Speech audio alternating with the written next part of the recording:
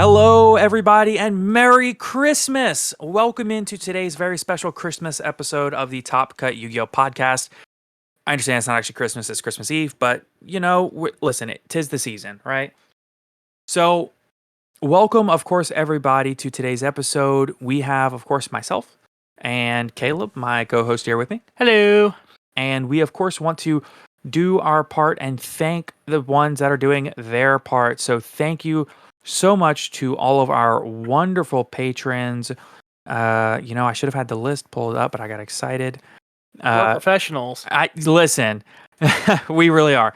So thank you so much to Austin Johnson, Kane Martin, Mocha, Myth Oceanus, Scuzz Daddy, AD, Aaron Gardner, Anthony Leela, Damian Zink, Dino DNA, Mountain Man, Owen Alvarado, Pig, Cyber, Jeremy Drysdale, Ray Powell, and Sunny Sweet. Thank you all so much for your continued support of the podcast.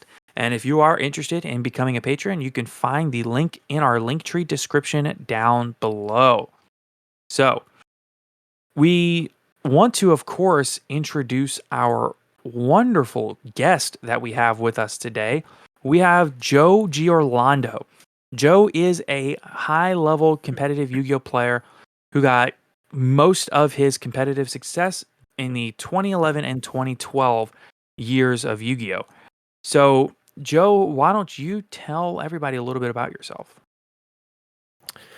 So I have been playing basically for 20 years now. It's kind of crazy to say that, but I have been playing Yu-Gi-Oh! I wouldn't say competitively, but playing basically since the card game came out. I can vividly remember walking into the mall, the Burlington Mall up in Massachusetts, buying packs of Metal Raiders and the Kaiba structure deck, and had me from day one. And since then, I went to the local scene, the regional scene, the YCS scene, and over the course of the last 20 years, I've enjoyed the game, and now at this point of my career, spend quite a lot of my time focusing on profiling old aspects of the game on my YouTube channel, YGO History, profiling old deck profiles, and even sometimes talking about old matches. But I've taken a few breaks here or there, but 20 years strong in Yu-Gi-Oh!, which is over half my life at this point.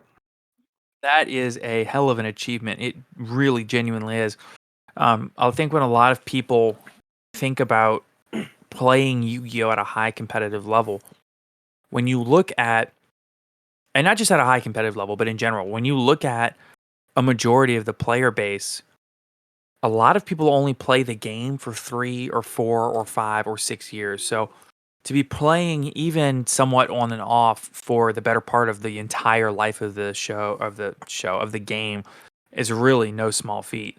But I think that, as everybody does, you took a path of progression through your growth as a player, and that path of progression is something that I want to highlight a little bit. So you mentioned from Playground Yu-Gi-Oh to your days at locals, then to regionals, YCS's nationals.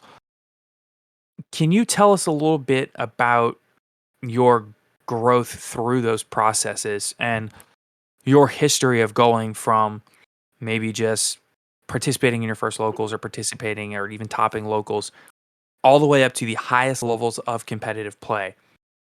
More specifically, was there anything in particular that spurred you on to jump from the locals level to those higher levels of play?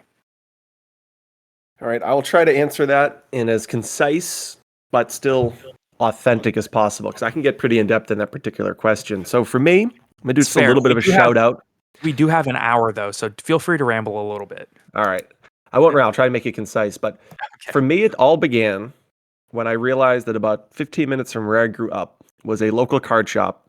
I'm just going to give it a shout-out because it actually still exists. It's called Batters Up in Tewksbury, Mass. I am indebted to Batters Up because it was the first local that I attended. And I remember attending my first local. I had a deck legitimately with Garnelius Elefantes, the 2400 normal monster from Metal Raiders, because it was one of the only foil cards that I could afford at the time. Obviously, I didn't do very well. I even know the name of my first round opponent.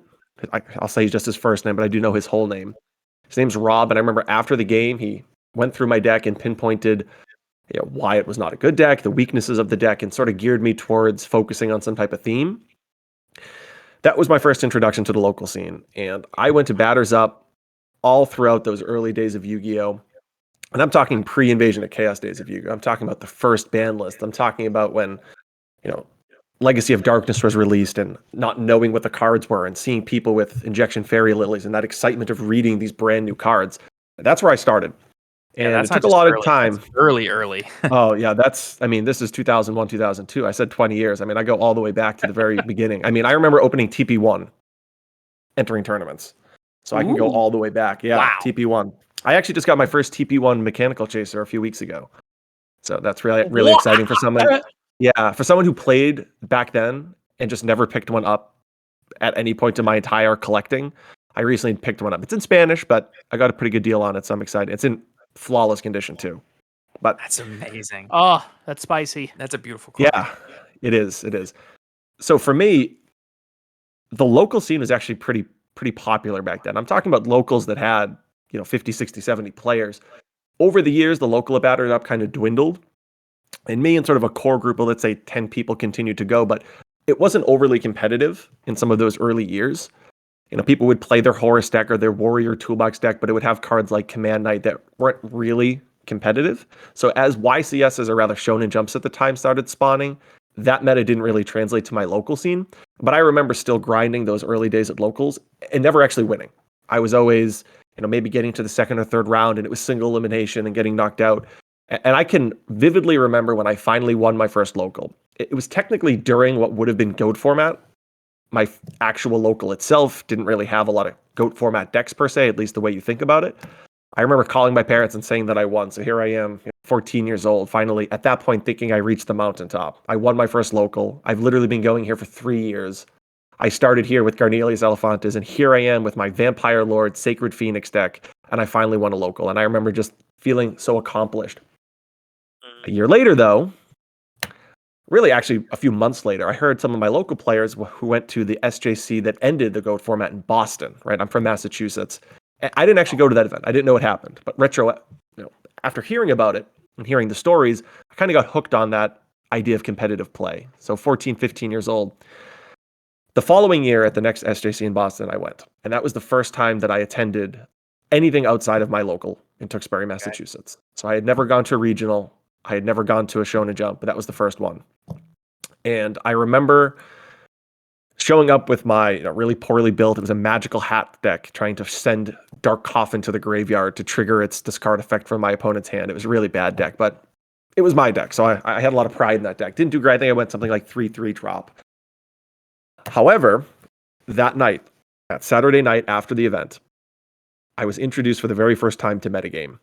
And that's probably, if you were asking sort of for that singular event in my career that changed everything, it was my introduction to Metagame, which is now debunked, but you can find the archives of it. It was the original coverage site.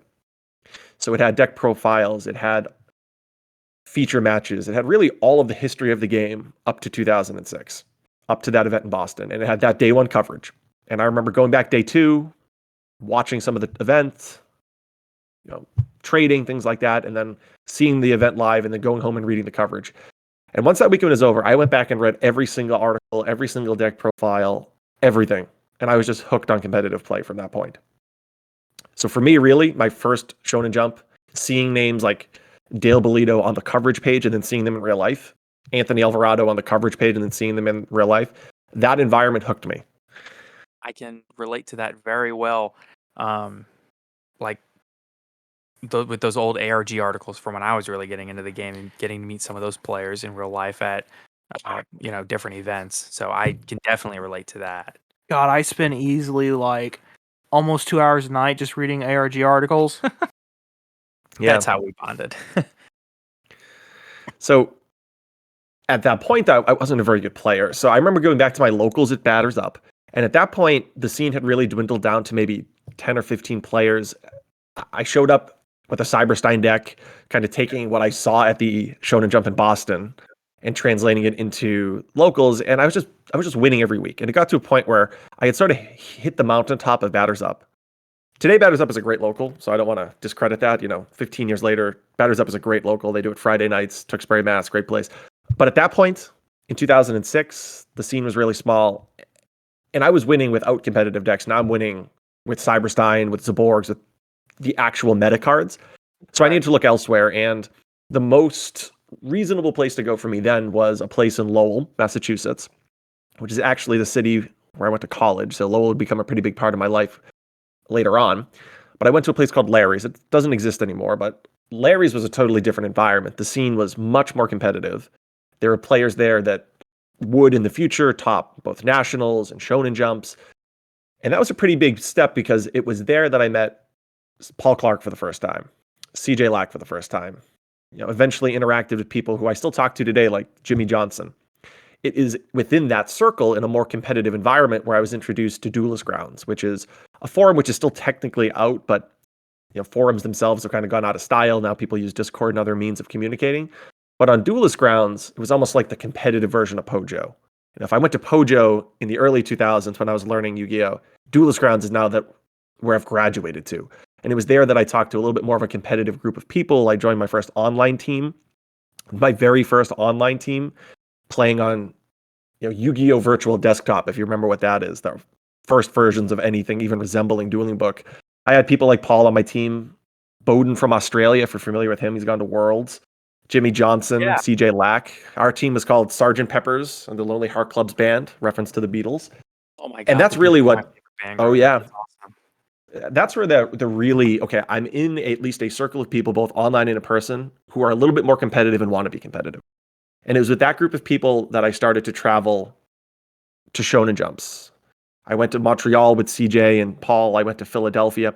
But at this point, I still wasn't really all that successful. I was at least talking to people who were more competitive, but I wasn't doing very well at regionals. I certainly wasn't doing very well at Shonen Jumps.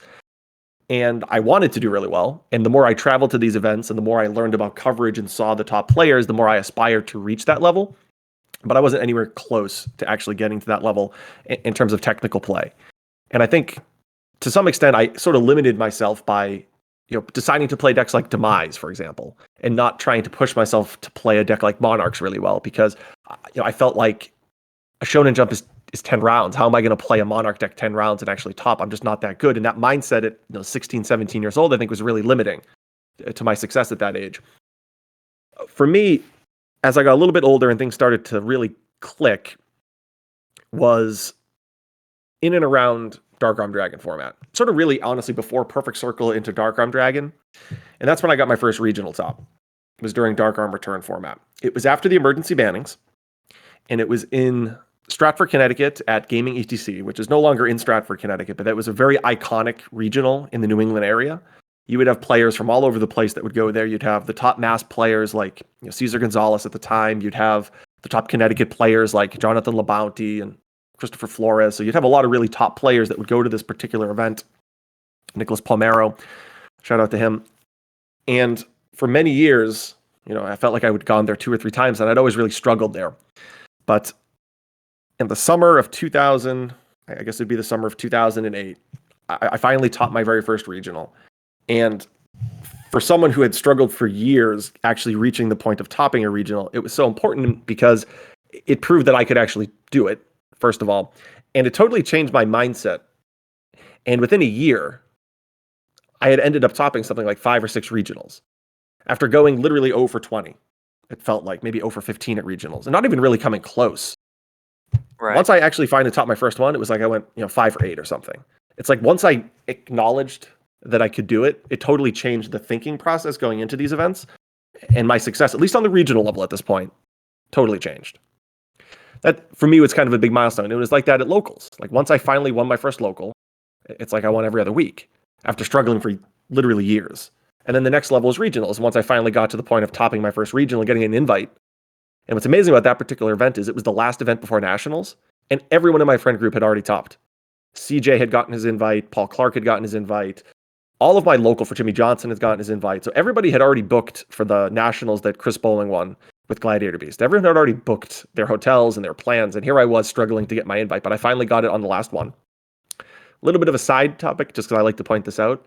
The very last round of that regional, I met Devin Schwartz for the first time. I knew who he was because he had been topping during those years. So I knew his name from coverage, but I actually played him on the last round. I was undefeated, so I had already guaranteed my top, but just from playing him, he became such close friends that I actually went to his wedding a couple years ago. He's invited to my wedding next year. He's actually one of my closest Yu-Gi-Oh friends who I still communicate with. So I always find that pretty funny that, the people you meet, you never know where it's going to go.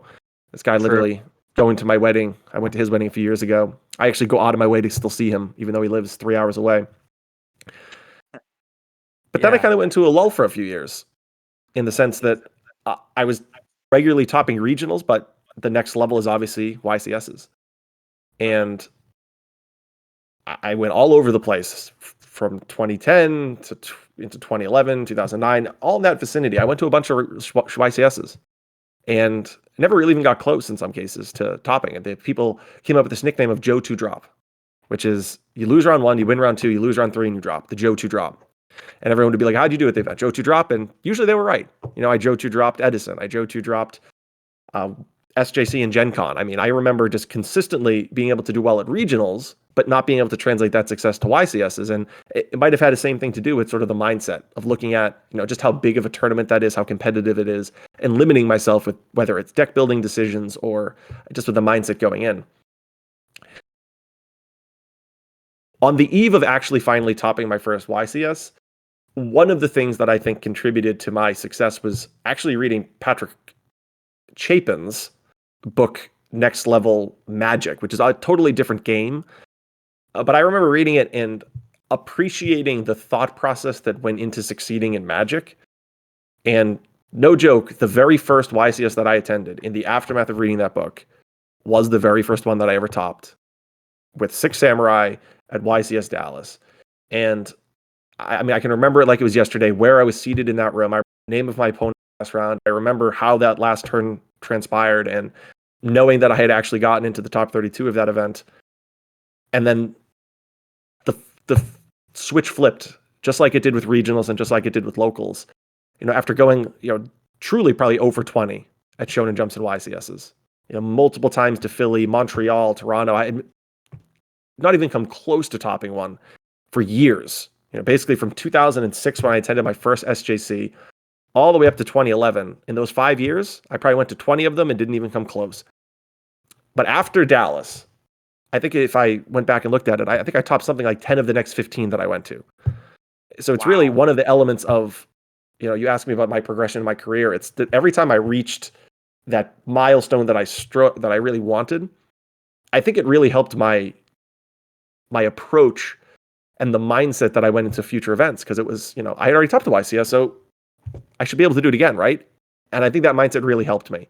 I think at each of those points, being that kid that struggles at locals, but finally winning and then doing it regularly. Being that kid that goes to regionals who can win a local but can never get close to topping a regional and finally getting there. And then literally doing it 5 times in a row after that. And then reaching the YCS level, which at one point I thought would have been an impossibility. For the longest time, topping one YCS was like my end-all be-all goal.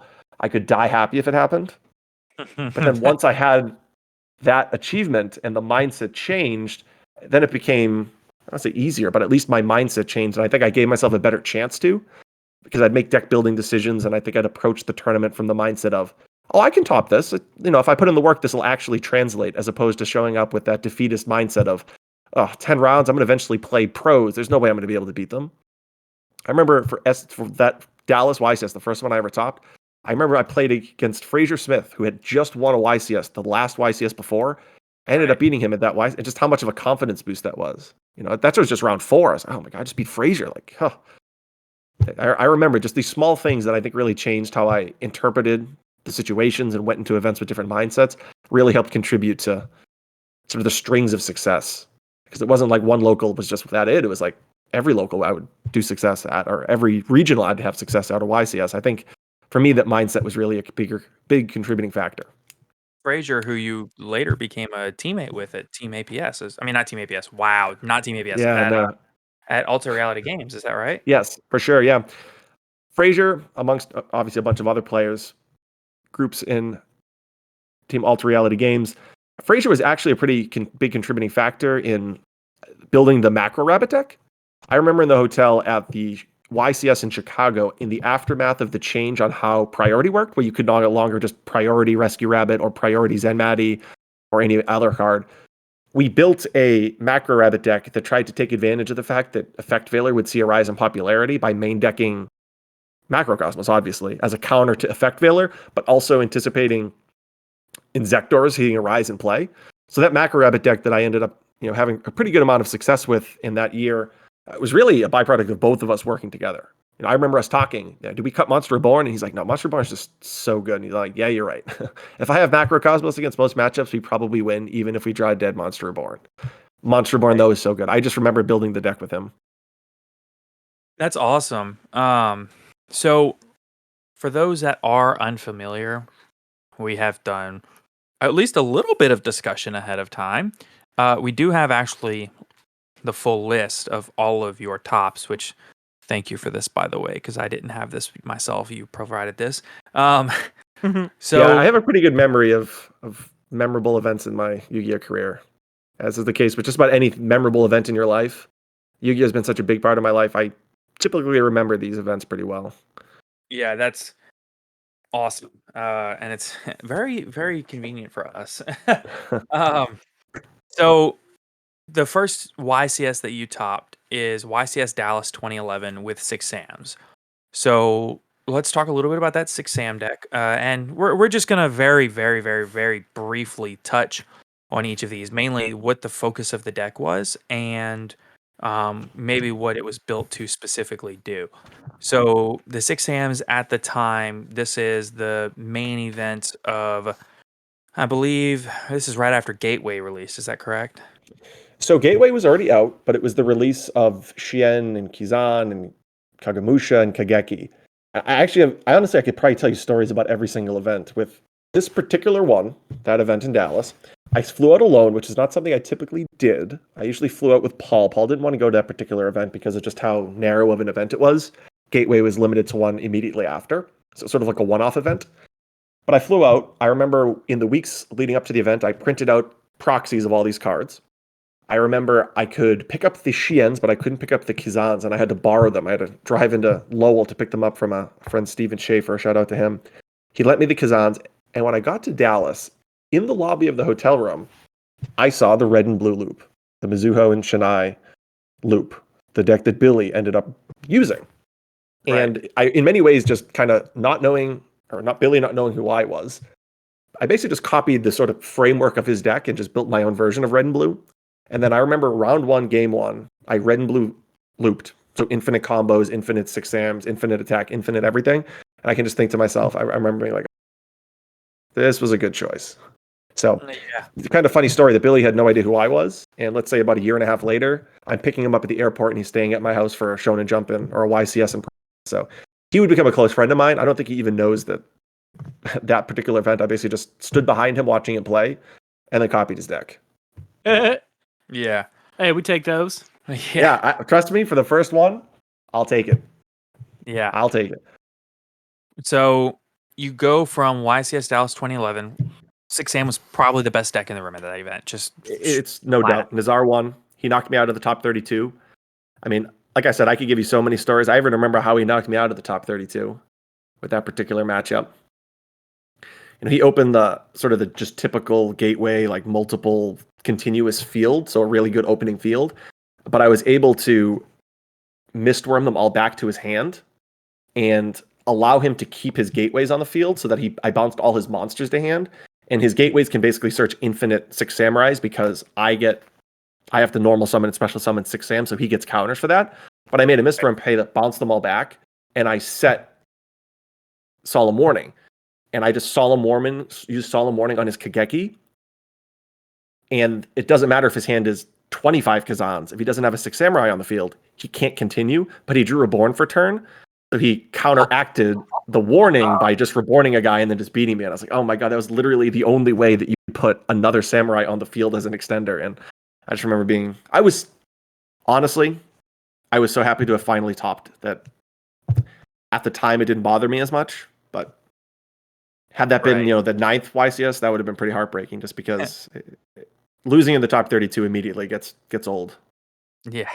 So next you have Ycs Orlando, also 2011. Yep. So this one is another pretty memorable one. I flew down to Orlando with Paul. Paul has family in Orlando, so that was one that we actually flew down early. We, saw the sights, saw his family. It was a really enjoyable experience. I remember that particular event. I actually almost played Worms, which is kind of funny. You know, if you're familiar with the Worm engine, it's actually a pretty good deck. Like with I think X it and actually Y, topped. It actually topped it this did. event. It actually did. I'm going to get to that because that's where I met Robert Bayajian. Or let me rephrase that. That's the second time that I met Robert Bayajian, who is definitely a friend of mine. We played in a side event at Edison. We played like an hour and a half long side event quick draw mirror match at Edison because there's basically no time in the side events. And we played this massive grind game. He ended up beating me, but we like talked for like 20 minutes after about the decisions we made. And then I sat really close to him in the top 32 of Orlando. And I saw that he was running Worms, and I was like, "Oh my God, Rob, you are a hero." I almost played that deck, no joke, because it was a really good deck, and nobody knew how to play against it. But I ended up playing X Sabers, which is one of my favorite decks of all time. I went undefeated in the Swiss rounds, but then ultimately lost in the top 16 to Blackwings. So that was a tough one, but that was fun to be able to say you went undefeated once. That was pretty cool, especially after 2 events prior was Dallas. So now that made 2 out of 3 in terms of confidence boost. I mean, that was huge. Yeah, for sure. And then Paul topped that too. I like to point out that Paul topped that one too, which is really meaningful because he's such a good friend of mine. And he had YCS tops before I did. Now, he got regional tops before I did and YCS tops before I did. So I was always sort of trying to catch up with him. And having an event where we both ended up topping was really memorable because, we basically flew down to Orlando and play tested for days ahead of time. And he was really good with Gravekeeper. So having us both in the top 32, yeah, he's such a close friend of mine. I'm so happy when he had success. So that was very meaningful. What was the logic behind taking X Sabers into that event? Was it just that It's good of just a such deck?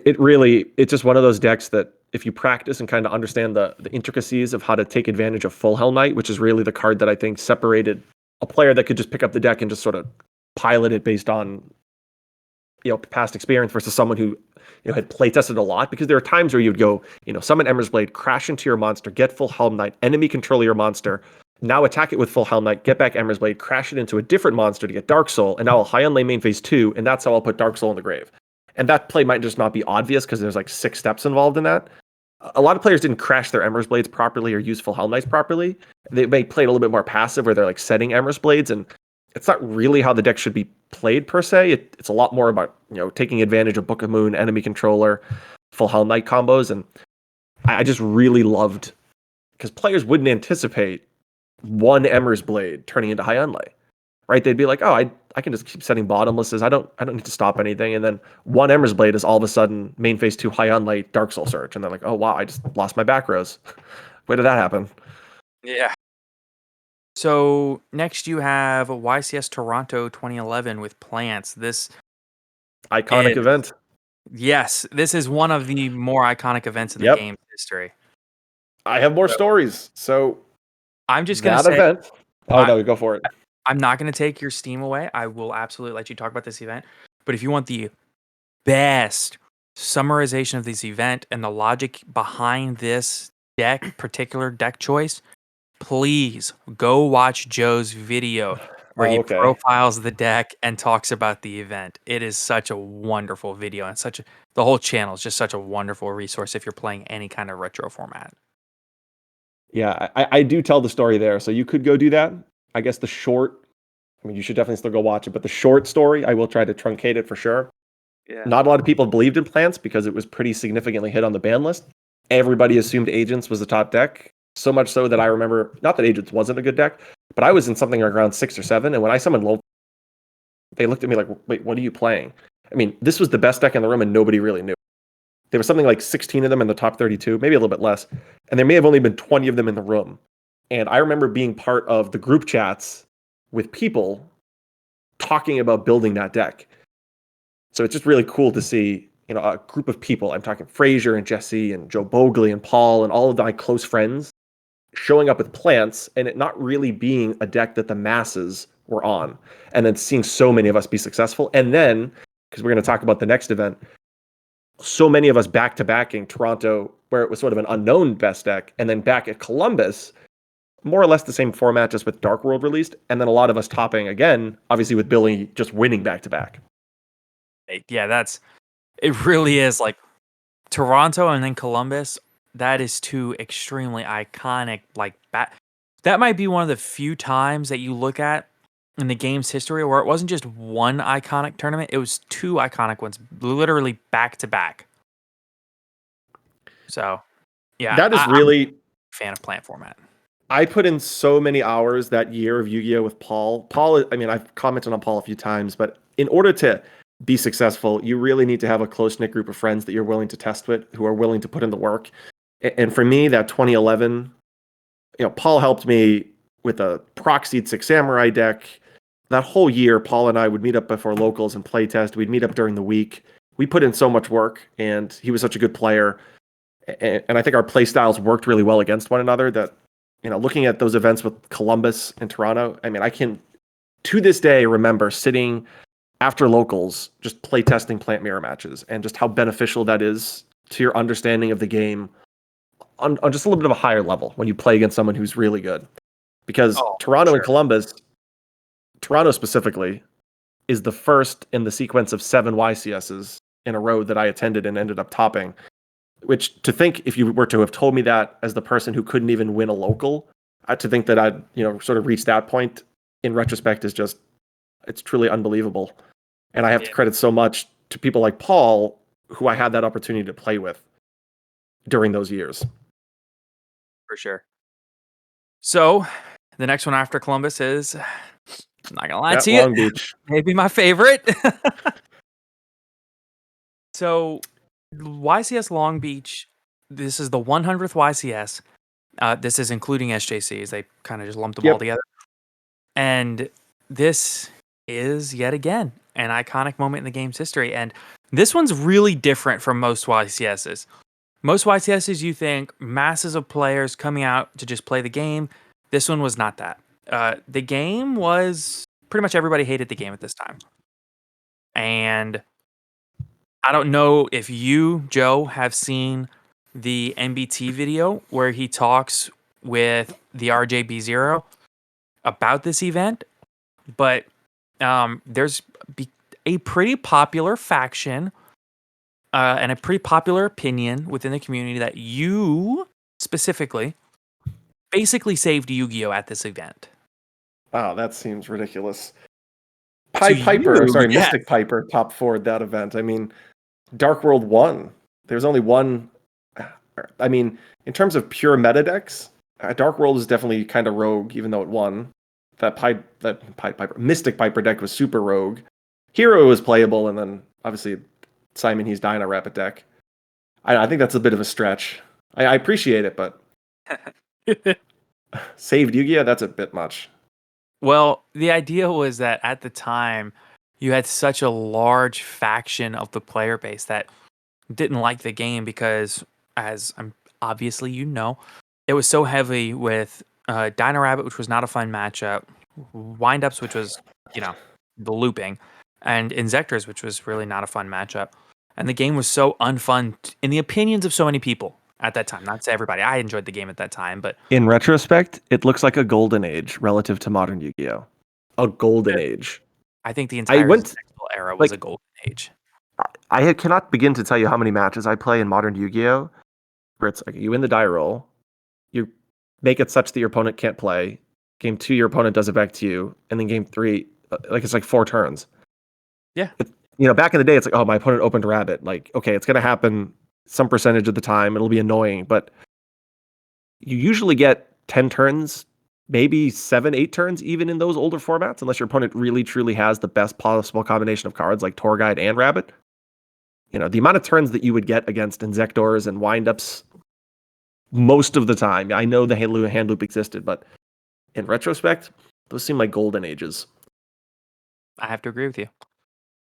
So you top YCS Long Beach, which I believe attendance at that YCS, if you include all the people that bought decks just to get the mat and then dropped, was maybe the most attended YCS of all time.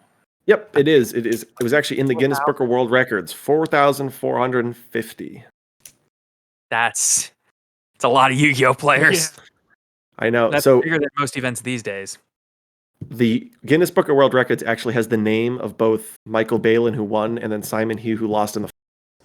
So one of the, sort of like 2 truths and a lie that I often say is I one game of Yu-Gi-Oh away from having records as an actual truthful statement, which kind of cool to think. Yeah, that's awesome.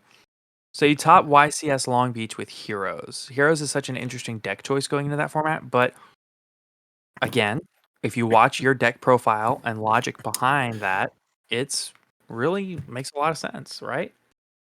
I think in retrospect, yeah. I mean, I obviously would have liked to have won, but I don't regret obviously that particular deck. So I guess I can't be upset by it. I think the Dark World matchup, I think with my side deck, I was actually probably a little bit favored. A lot of people thought it was a really bad matchup, but I was siding Shadow Imprisoning Mirror, so I think it was actually not too bad. Michael Balin did the thing that Dark World players need to basically turbo into game 1 or game 2 or 3, which is go into Zen mains, because I can't keep skill drain in the deck, and I don't really have any outs to it game 2 or 3. And he did exactly what he needed to do to really put my deck in a bind. So if the Dark World player is a little bit less in tune with exactly how I side deck, which is to take out skill drain in the matchup, they might not turbo into Zen mains as much. He did. He crushed me because of it. Oof.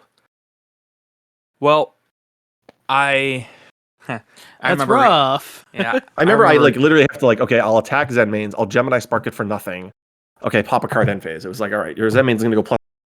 I truly have no way of dealing with the defense position Zen mains. You're not gonna attack into Deep Prison. Right. There's literally nothing in my deck that I'm going to have game 2 or 3 that stops it. What's funny is I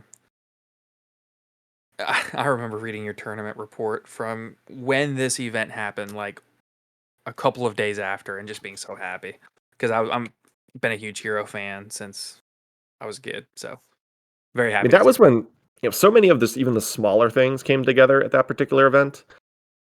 Yu-Gi-Oh is obviously about deck building and preparation, but I remember just being so focused at that event and doing little things like looking at my opponent's life pad and being able to identify what deck they were running.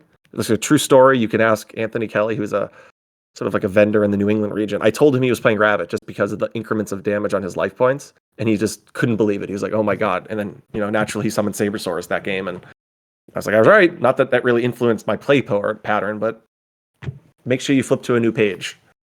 And then in another match, I remember sort of asking my opponent, like, "Oh, Horn of the Phantom Beast, right?" Like some type of question like that. And my opponent's, "Oh yeah, damaged up Horn." And then I dark bribed it, and the attack forced him to actually lose the game because the 800 wasn't applied from Horn. And my opponent being like, "Oh, why did I just do that?" Like, just the small like mind tricky type stuff that, if I tried that today, I would be able to pull off because I'm just so far removed from sort of understanding the intricacies of the game like I used to. But I remember at that particular event, there were a couple occasions where, the stuff that you hear about actually came up. Yeah, felt like you're on a different level, huh? I mean, I don't want to quite say that. I just remember, I feel like today when I play, I acknowledge that the way I play now is the type of play style and the type of play that 10 years ago, not maybe 10 years ago, like, actually, I guess it is 10 years ago. I used to just be able to beat because I knew the intricacies really well because I just practice with Paul all the time. I don't really practice a lot now, so I know I'm sitting there making little mistakes here or there that leave myself vulnerable. And I remember 10 years ago, if my opponent left themselves vulnerable like that, I would feel really confident about taking advantage of it. Now I'm the one that's being taken advantage of all the time just because I don't put in the time as I once did. And Long Beach was just right around that point where, I play tested all the decks. I knew the matchups pretty well. And, if my opponent left that little crack for me to take advantage of, I felt like back then I would be able to do it. Gotcha. So the next 5 YCSs, Atlanta, Dallas, Chicago, Philly, and Seattle, I'm actually going to clump up a little bit. They're all Both Rabbit. in the interest of time Yep. yeah. So all 5 of those YCSs, they weren't all consecutive, but I think 3 or 4 of them were consecutive at this point. I think Philly was the last consecutive one. Okay, so you do Atlanta, Dallas, Chicago, Philly consecutively, and then you maybe miss 1 or 2, and then you go Miami.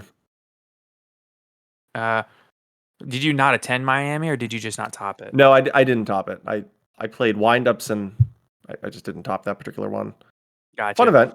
Miami is a fun place, particularly in February, which is the month that it was in. And I live in New England, which is quite cold in February, so it was nice to walk around South Beach. Gotcha. And then, so at this point, we're well into 2012. Yep. And then Seattle. So you played Dino Rabbit, specifically probably Macro Rabbit at all of these events. Is that correct? So Chicago is when they changed the ruling with priority, which spawned macro actually being useful. And then Inzectors was so popular. I actually vividly remember during that format with Macro Rabbit, I went 13-0 in that matchup. It was a buy. Like some people sometimes say, "Oh, this matchup is a buy." No, like I legitimately won enough matches to top a YCS just against Inzectors and never lost a game.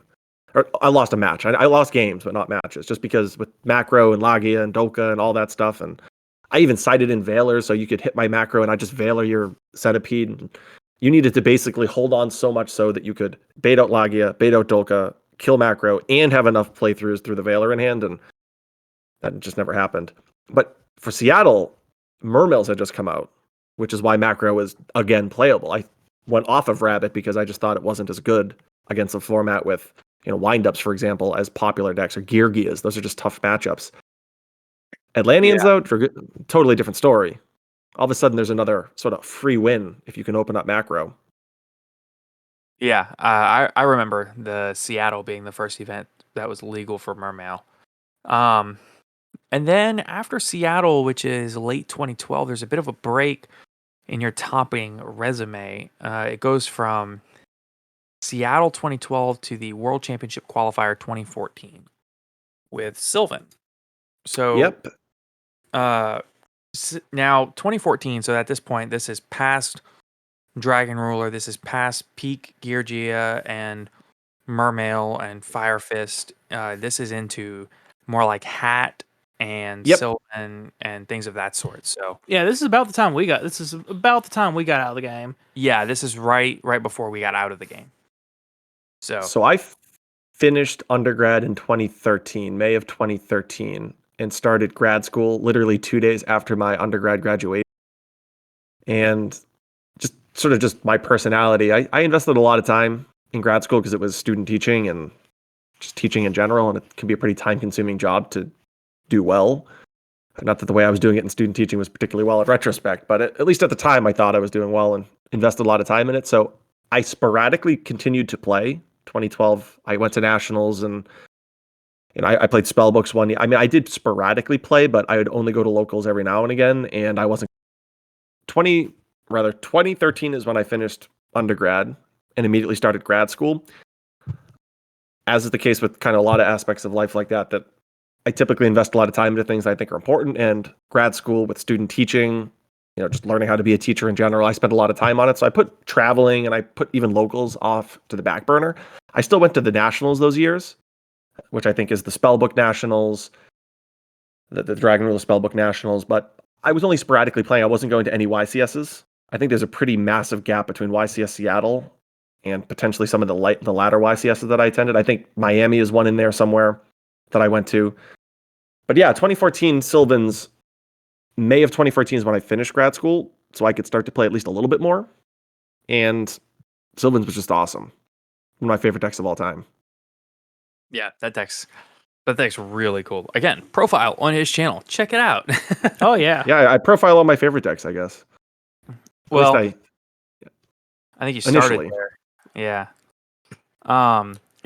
So now that we've got kind of your resume, your breakdown of some of your more notable tops, I want to talk a little bit about more of the mindset that it takes to compete at that high level.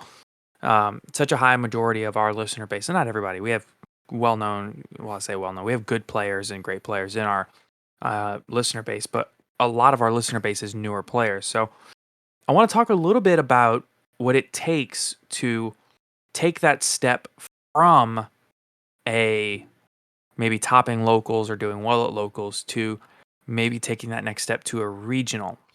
And I know you're going to have to dig deep into the memory archives here on this one, but can you say that there's anything that changes either mindset or your, even something like your friend group? These are things that can so heavily impact your successes as a player.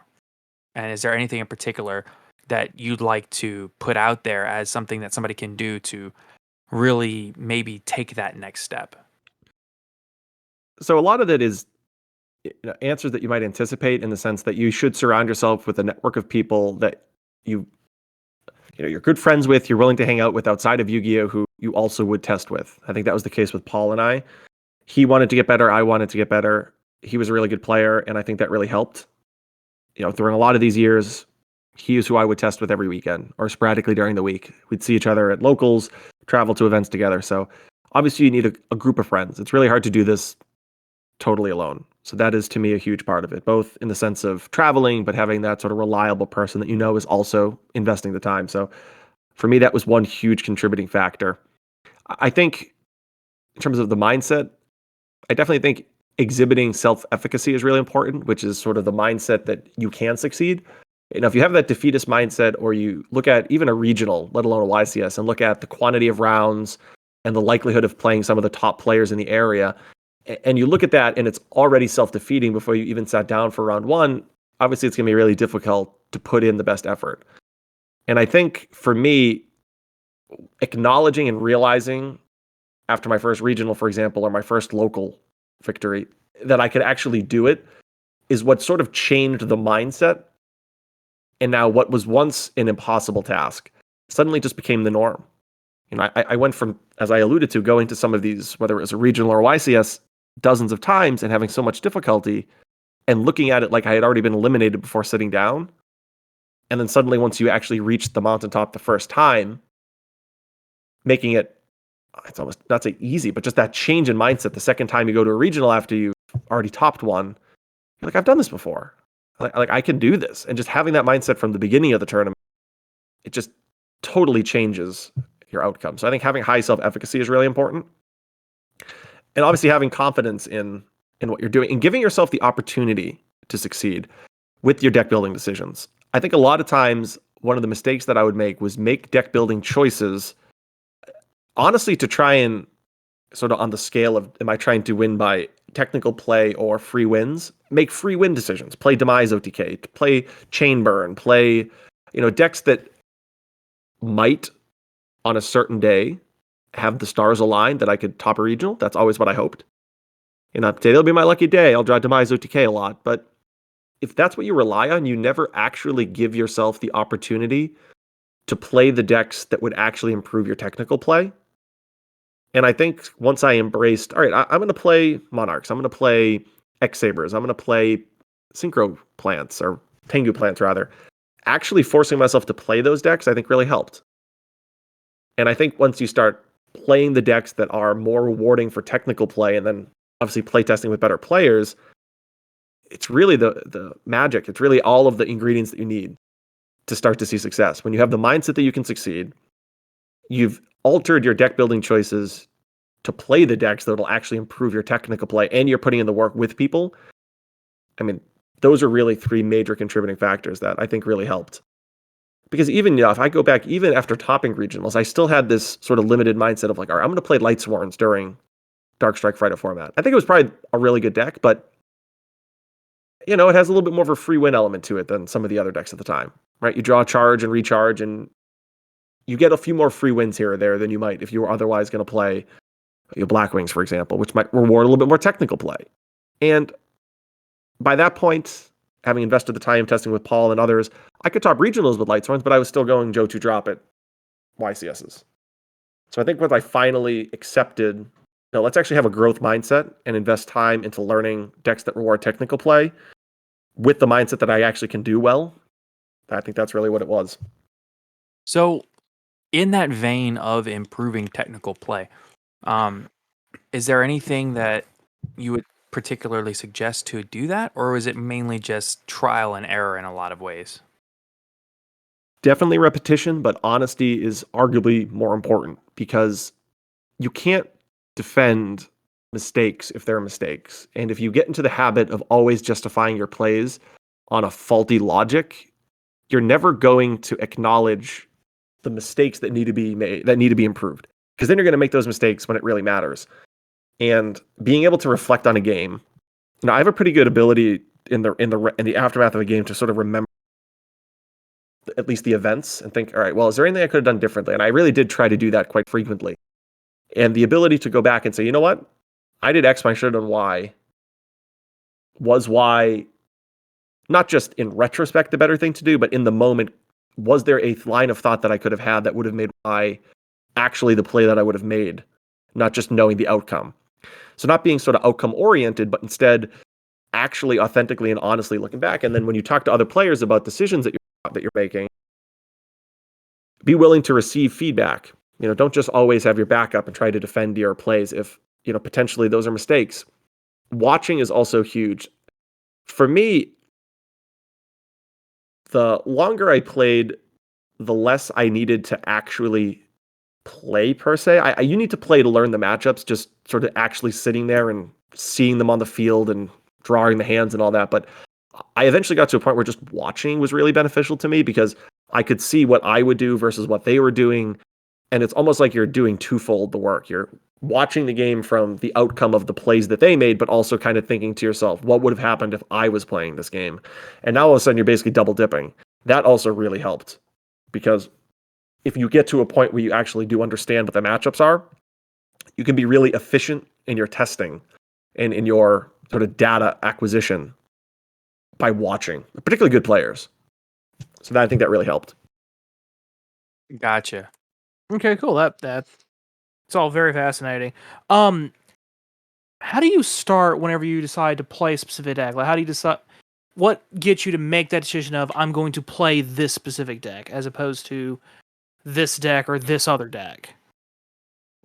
So there's a long-standing debate of do people have play styles, and I always feel like the answer to that is yes. I mean, some people think there's just the correct play and there's no gray area. There's been a debate with that for a while, but I generally speaking pick decks that I think play to my strengths.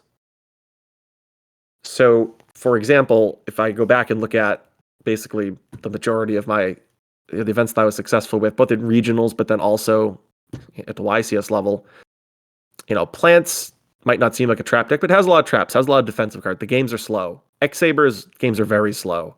Rabbit, it depends on how you remember that format, but having played like 50, 60, 70 matches of Rabbit, you don't always open Rabbit, and you have to be able to win through Cabazals and Deep Prison. So I generally like to play decks that I think can prolong the game if I don't get overrun by my opponent or I don't overrun my opponent. Because it's inevitable that your opponent's going to wind up loop you. Your opponent will open Rabbit. You'll open Rabbit. There's those percentage of games in every format that's ever existed for the most part. But if I play a deck that I think is defensive enough that can prolong the game, if I am showing up to these events with high self-efficacy with the belief that I can succeed and I'm confident in the work that I had put in and my understanding of the matchups, the longer the game goes, the more I feel like I'm advantaged.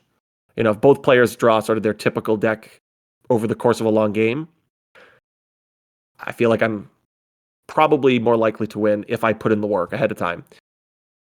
Therefore, I typically play trap-heavy decks. I felt like that just gave me the advantage. So I'd look at a format and I would, generally speaking, sway in that direction. There are exceptions. With Sylvans, I'll be honest, I was a little partial to just using Lone Fire Blossom because I thought it sort of one of the most iconic favorite cards of all time. And then once I actually played the deck, I embraced a trapless deck, essentially, minus a couple floodgates for the first time. You would think in that particular format, Hat would be most similar to the play style that I typically like. But Sylvans was sort of that one time where Soul Charge was just too powerful. That was just the best card. So there are exceptions. If a card is as good as Soul Charge, I'll put the traps down and just play a deck without them. Yeah. Yeah, I mean, we take those. I think it takes longer to memorize the decision trees in really complex combo decks. There are cases like with Sylvans, I remember I didn't even go to locals with Sylvans. I basically just test drew hands every day for the weeks and weeks and weeks during that format. I played that at a couple ARGs and nationals, and I basically just knew what the decks were during that format already because I'd been paying attention, but just test drew hands. Like, what would I do with Soul Fire plus one Lone Fire here, plus a Miracle there, and I would just test draw combo hands. But that's a lot of work. You don't really need to test draw Dino Rabbit hands. You just need to play. I prefer to play decks where the testing is not just drawing your opening hand and seeing what combo you can do, which is what I think Sylvans were. So I generally strayed away from Sylvans style decks.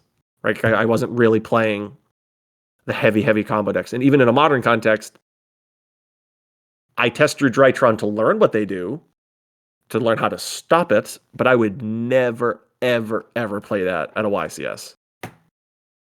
Interesting. So, do you think that the consistency and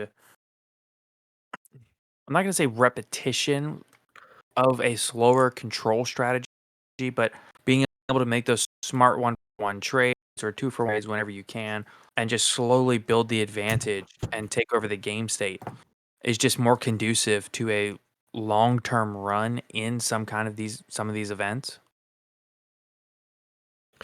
So I think what's important is if you're going to play a deck like that, I always liked having the ability to sway the game in your favor relatively quickly. With X Sabers, it was very slow paced, and you could create a game state where you're clogging the board with Ember's Blades and Dark Souls and Peshuls. But you also had the ability to sort of take advantage of a slower game state by setting up a trap stun high on late play. And, a Faltrell, Chain Godham's Call, 7 tools your back row, and make it so that you take total advantage of the game. So I think, yes, these decks, generally speaking, are advantaged by slowing things down, but you need to have a game plan too. I think that really helped also my overall understanding of Yu-Gi-Oh, which is I'm actually trying to win. I need to learn how to win, which sounds really odd, but I feel like for so many years I didn't really understand what it meant to win, which is not to set to Koichi, set Sakuratsu armor, and have this beautiful scenario where they summon DD Warrior Lady and attack. And then I get to flip to Koichi and tribute for the Stalos, which is sort of like the greatest scenario that could happen if I go T-set to Koichi Sakuratsu armor. And instead learn to actually be able to win games by developing a game plan in the middle.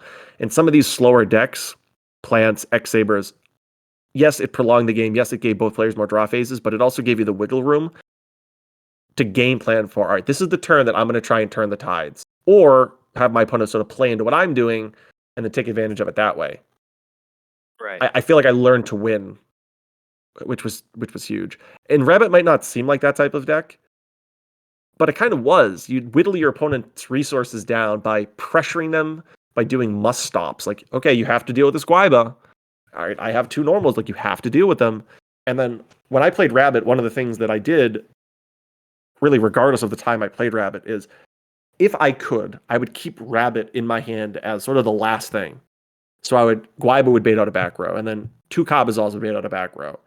And then all of a sudden, now that they've used 3 defensive cards, now I'll summon Rabbit. And now they're like, wow, I've used all my outs, and now Rabbit would be the card that went over, and I sort of had that game plan. I think that was really important. So these slower decks, I think, they reward you for reading back rows, they reward you for some of those technical things, but I think it also allows you to improve when you have that mindset of, how am I actually going to win this game? What is my actual game plan? And those slower decks give you the turns to develop one. Gotcha. We're going to take a quick moment to go into an ad read. Yes, so as always, we are sponsored by our locals over in Alexandria, Louisiana. ETB Games, the best place to go for all your nerdy needs. They got D&D stuff, Yu-Gi-Oh tournaments, Magic tournaments stuff. I'm pretty sure they do Friday Night Magic. I'm like 99% sure they do. Digimon, just whatever you need. And, we're there sometimes. It is a wonderful place to come in and check out, find everything you need for all of your card and tabletop needs. And of course, thank you to ETB Games for sponsoring the podcast. For continuing to sponsor the podcast. Yeah. So, we want to talk a little bit about the recent announcement that we got of alternative sanctioned formats by Konami. So they announced 5 new alternative formats, which we all saw. Joe, you posted a very insightful video for this specifically and covering this topic on your YouTube channel. I recommend everybody check it out, just like you should check out basically every video on Joe's YouTube channel. But they introduced a Rivalry of Warlords format, which is like a pre-built deck thing from your locals. Deck Master, which is very cool. Common Charity, where you're only allowed to use commons. Part of the Underdog, where they ban certain like meta strategies. Entire archetypes just gone from the meta for this one tournament. For the idea of rogue format play. But what we're really going to focus on here, because this is, I know where Joe is really this is your niche, is the Time Wizard format. So I'll read it as it was sent to OTS Store specifically. That way we have the exact wording and paragraph used by Konami. So the Time Wizard format is a way for OTS to sanction retro format tournaments. The tournament setting will revolve around the rules and mechanics of the game as they were played during a specific point in time. All that is required when setting up the tournament is the Forbidden and Limited list being used and the latest legal set. For example, if Time Wizard traveled back to the US National Championship in 2005, the tournament would be using the April 2005 Forbidden and Limited list, and the last legal set would be Dark Beginnings 2. So this is essentially if you wanted to play GOAT format in sanctioned play, this is how you would do it. GOAT format, Edison, Dragon Ruler, any format really, just any previous format. Right. So the guidelines here, though, are obviously you use the rulings and rule set from the game at the time. You have to choose an exact ban list, and you have to choose the latest legal set. So, with that said, I would like to hear, Joe, how you think, what kind of a move you think this is by Konami. Do you think it's a good move, a bad move? How do you feel about it? And more specifically, what are some of the potential time frames that you're looking to play? So I think it's a good move. I think there is a space for this that has existed for a pretty considerable amount of time. Other card games have other formats. Traditional is not a supported format by Konami, though I guess they could try. And the idea of being able to play older cards and older strategies and going back in time is fantastic. Unlike, and I think most people compare Yu-Gi-Oh, I guess, in terms of overall scale to Magic the Gathering. Unlike Magic, their older formats, quote unquote, just expand what sets are legal, like through the rotation system. It's not really, quote unquote, unless you want to play old school, but when you play, let's say, Legacy, which is a format that's basically every card minus a select amount, it's the newest releases, but also the early 90s releases. So it's a little bit of a different universe because they just keep printing cards and that format is just everlasting. We actually want to play a literal time 2007 April, for example. So it's going to require a lot of work to actually work. And I think the way that announcement was worded does take into consideration some of my concerns that I talk about in my most recent YouTube video, which is, we have to pinpoint events, not formats, because formats are way too open-ended in terms of rulings, in terms of card releases. There's a lot of issues there. And I think the way they worded that suggests that they realize that. I think for this to be done perfectly, they need to develop some type of database of rulings and erratas that's accessible. You don't want someone to go to a local and sort of get surprised by the way something works. But, I think there's two ways of looking at this. There's what's probably going to happen, and then there's the pie in the sky. What will probably happen is that there will be a reasonable amount of interest at locals. They'll probably run the most popular formats like Edison, GOAT format, 2014, maybe Toronto. And that will be the bulk of it. Yeah, you get OTS packs, and that's just about it. Where it could extend from that point, realistically, is maybe side events. Maybe they'll have a giant card of Scapegoats, or a giant card of Metamorphosis, or Spirit Jinzo. Reaper, and Jinzo. Yeah, whatever the vintage card is that we're talking about. And that's exciting. You do need to sort of pick where Time Wizard is going to be oriented for that. So I think ahead of time that this would be announced. It's not like you show up and it's surprise, it's GOAT format, or surprise, it's Edison. You'd obviously want to pack your cards accordingly. Just to be brutally honest, I think that's the extent, is that it'll be side events at YCSs on maybe Sunday.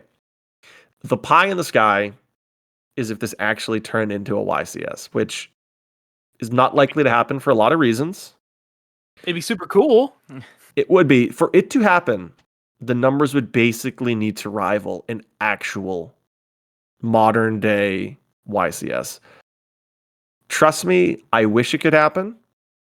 But if they're going to have an event in Philadelphia, they get 1,800 players showing up to play modern Yu-Gi-Oh! Why risk it by playing 2007 Yu-Gi-Oh? If you told me that 1,800 players would reasonably show up to that event, or maybe even more, right? If it's more, then Konami will absolutely do it.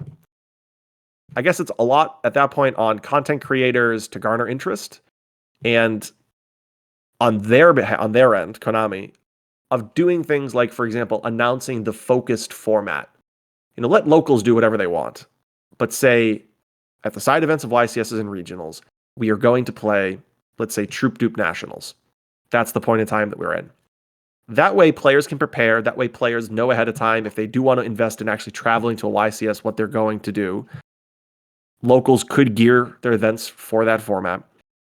And I think there is the possibility. There is a universe where it's pie in the sky, everything we need to go right, but maybe that's where this could go. I really don't think that's a very likely chance. I even think giant card side events is at least a year plus off, just because they probably need to experiment with this quite a bit. And due to COVID, they just don't have the ability to do so. Right. In terms of what I would love to play, just honestly, just about anything. I would kill to go back and play some of the formats where, in retrospect, they're really great formats. But at the time, I was playing, Bad Warrior Toolbox decks.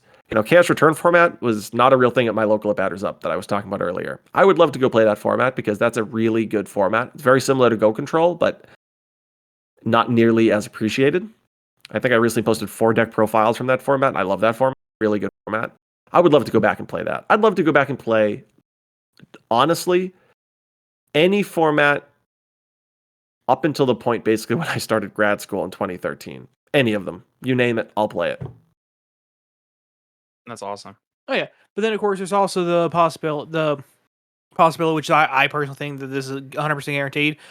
They're going to add this into Master Duel, so then they'll have like, okay, we're playing this ban list, and then in the Master Duel game, they'll give you your pool of cards you can use from this, it's this ban list.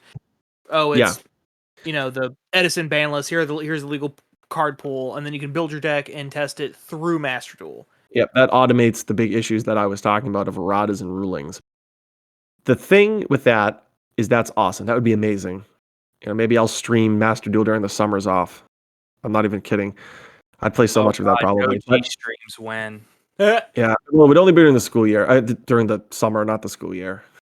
The school year is not easy for stuff like that. But in all honesty, if that was a thing, I think it would help content creators.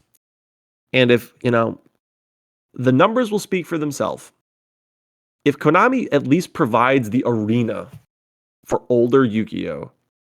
To be celebrated, to be played, to be featured, to be acknowledged, the numbers will speak for themselves. And if the numbers aren't there, this will never get to the YCS level.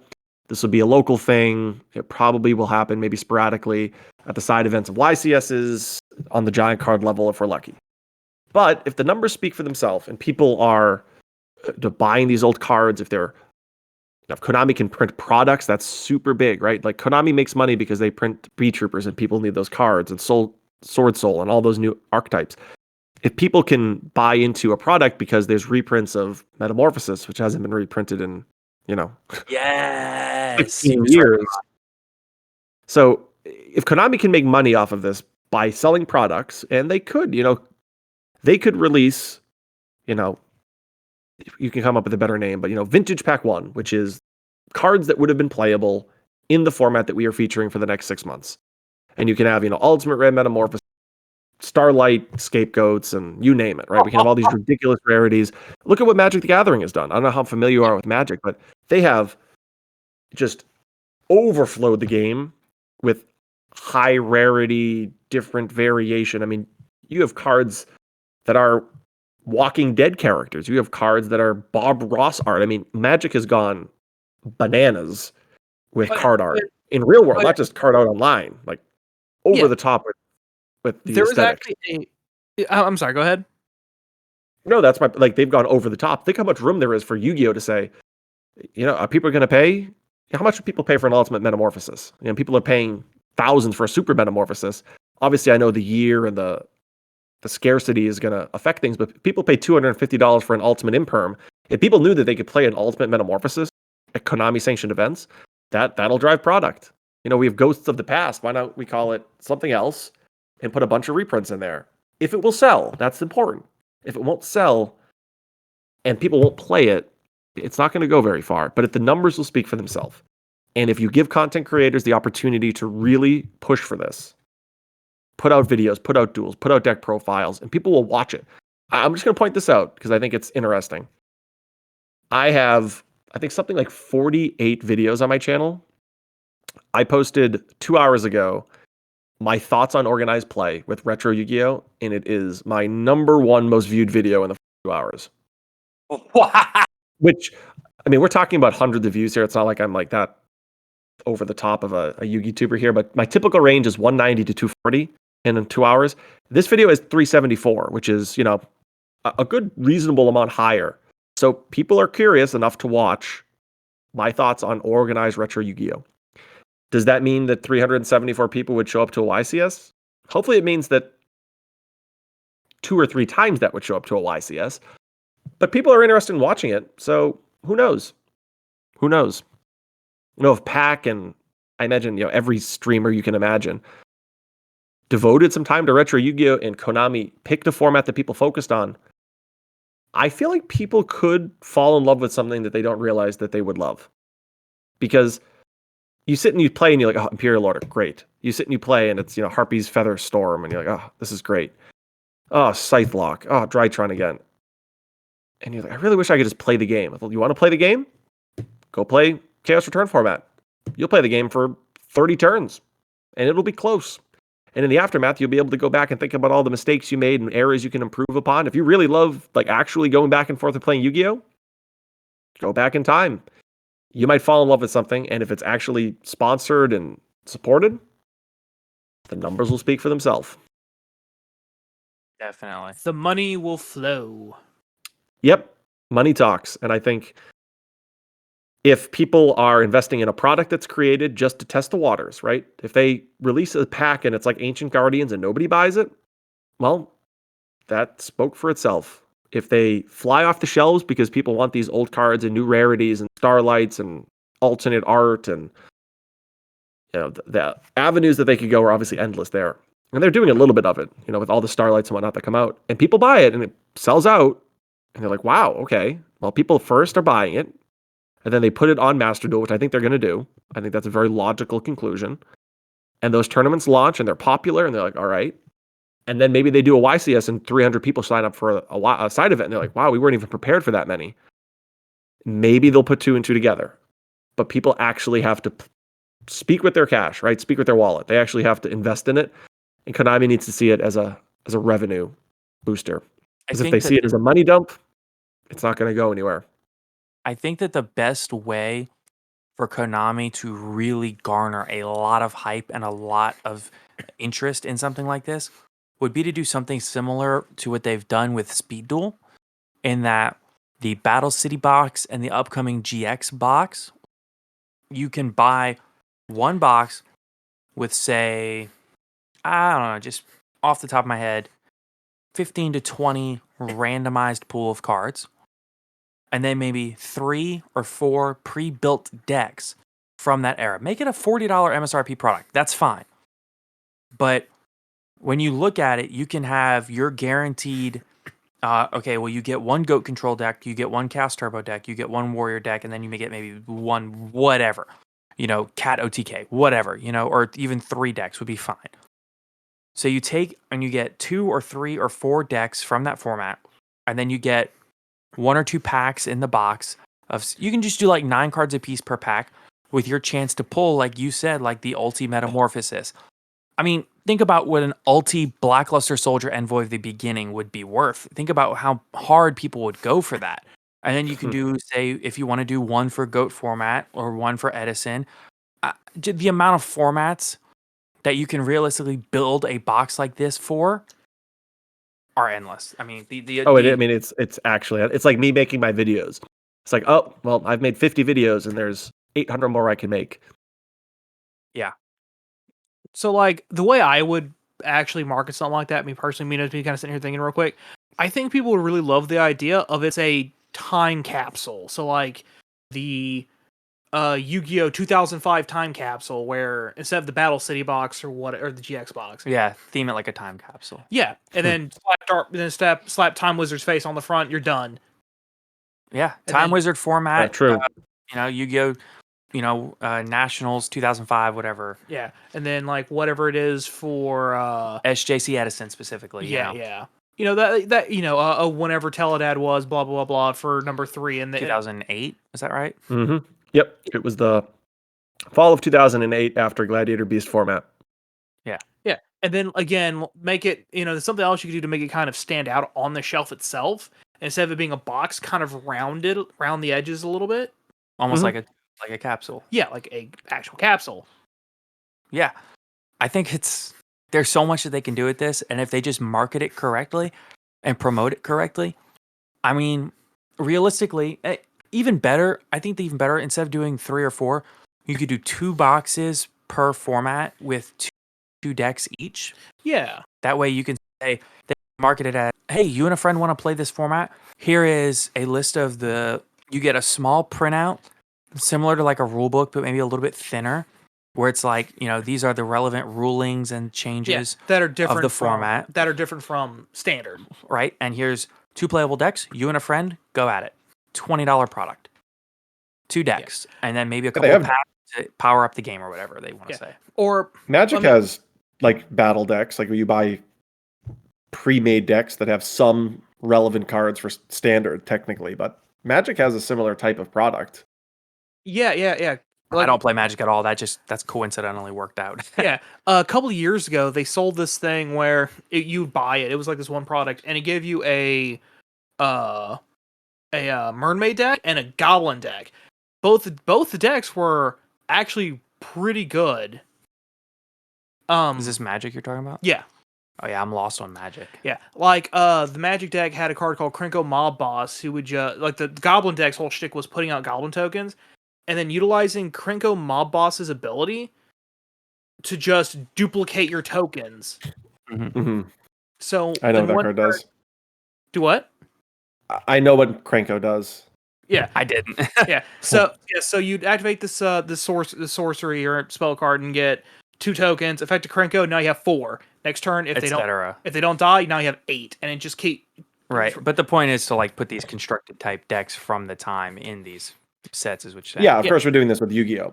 See, and if people will buy them, then there's a chance. There is a chance. I think the key though is to put the lottery ticket in there. Like you said, you have to have Starlight Metamorphosis and Chaos Sorcerer. Oof, that would look so nice. Oh, dude, and I just so many old cards. Even so many old cards have beautiful printings already.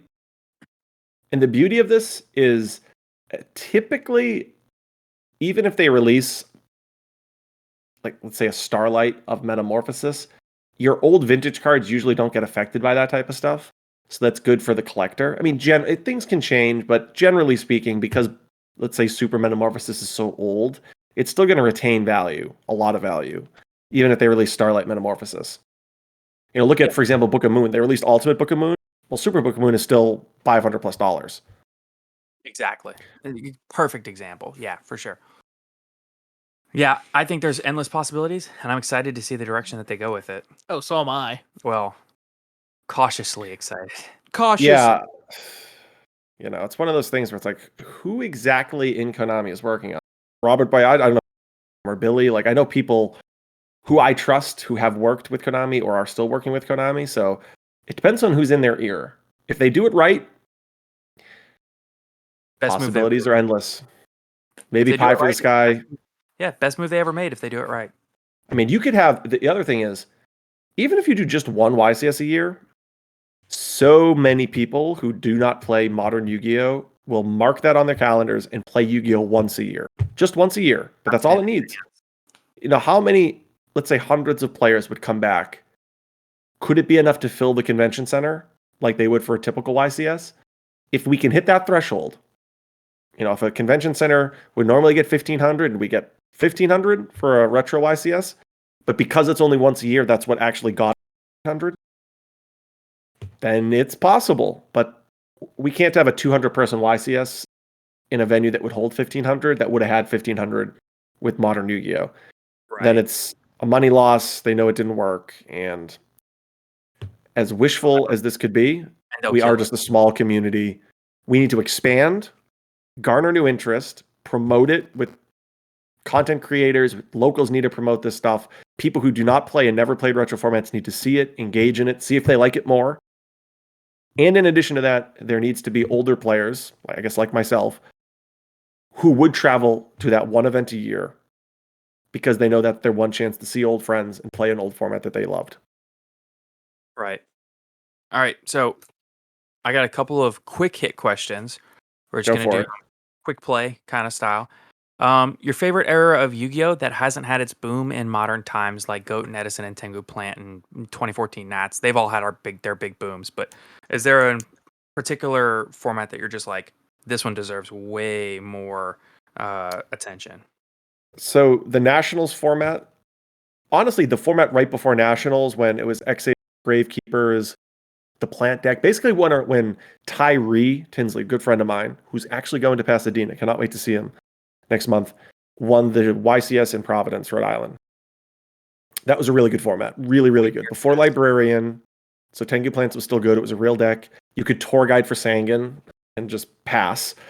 Good format. And then I really love Chaos Return. Gotcha. So Cast Return would be like 2006? That's the summer of 2006. Yep. Nationals that Austin Coleman won, who I really hope to see also at Pasadena because he's from California. You'll see us there. Woo! Woo! I will. Yep. So when playing Legacy, formats like Goat Edison, etc., Sure.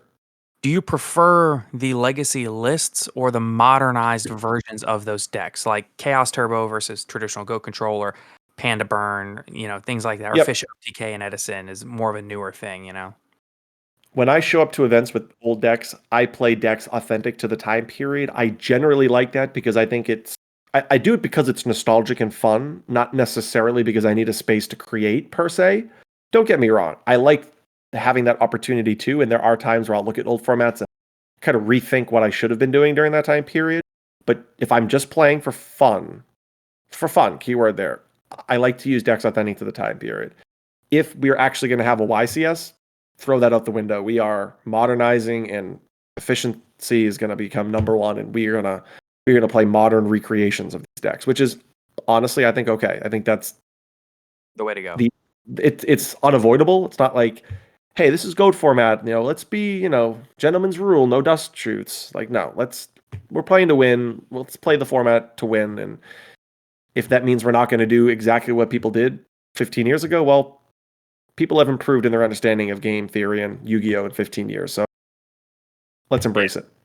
But if I'm having fun, we are playing two old school deck, card for card old decks from old YCS tops or SJC tops. Love it. Can you ever think of a meta call that you made at a tournament and that just failed miserably? So, I mean, basically anything that I did before ever actually topping a Shonen Jump were probably not. I mean, some of them were fine. I played Quick Draw at the SJC that Jeff Jones won with just literally that deck. In terms of sort of after after I actually started to do well per se, I feel like, let's see, it's a tough question. It is. I feel like for the most part, I was pretty okay with it. I went back to the Hero well twice and didn't top either of the events with Heroes after Long Beach, where, had I played Rabbit or one of those other decks, maybe I would have done well. I went back to it in Columbus, and I went back to it in the Toronto that Josh Graham won with windups. That's actually probably the one. At the the YCS, that Josh Graham won with windups, I knew Pat Hoban's combo. Right? Pat had basically told the combo about how to shock lock people. I knew the combo, and I knew about needle sealing. I actually thought of needle sealing as an out to the shock lock at like 4 o'clock in the morning, driving to Toronto. You can ask Stefan, an old friend from Massachusetts. I literally woke him up at like 4 o'clock in the morning. I'm like, Stefan, the last 4 hours of driving in the middle of the night, I've been thinking about how to beat shock lock. To use it's use needle sealing in your opponent's standby phase before they get to use Shockmaster again. They'll have enough monsters. You set something. In retrospect, I played Hero at that event because, tried and tested Heroes. I should have just played windups. One, I could have worked with Pat and built a great deck. He ended up topping that event or coming close to it. Josh won the event with windups. And I knew the card that countered it, but basically nobody else knew. So that was a mistake. And you didn't play it? No, I played Heroes. Gotcha. Which is a really bad move too, because Geargias had just come out and were pretty good. And that's a really hard matchup when they're setting, Geargia armor. So I remember the last match of day one, I got knocked out playing against Georgia. This is a tough matchup. Right. So we've talked for an hour and a half now about Joe the player, and I want to talk a little bit about Joe the creator.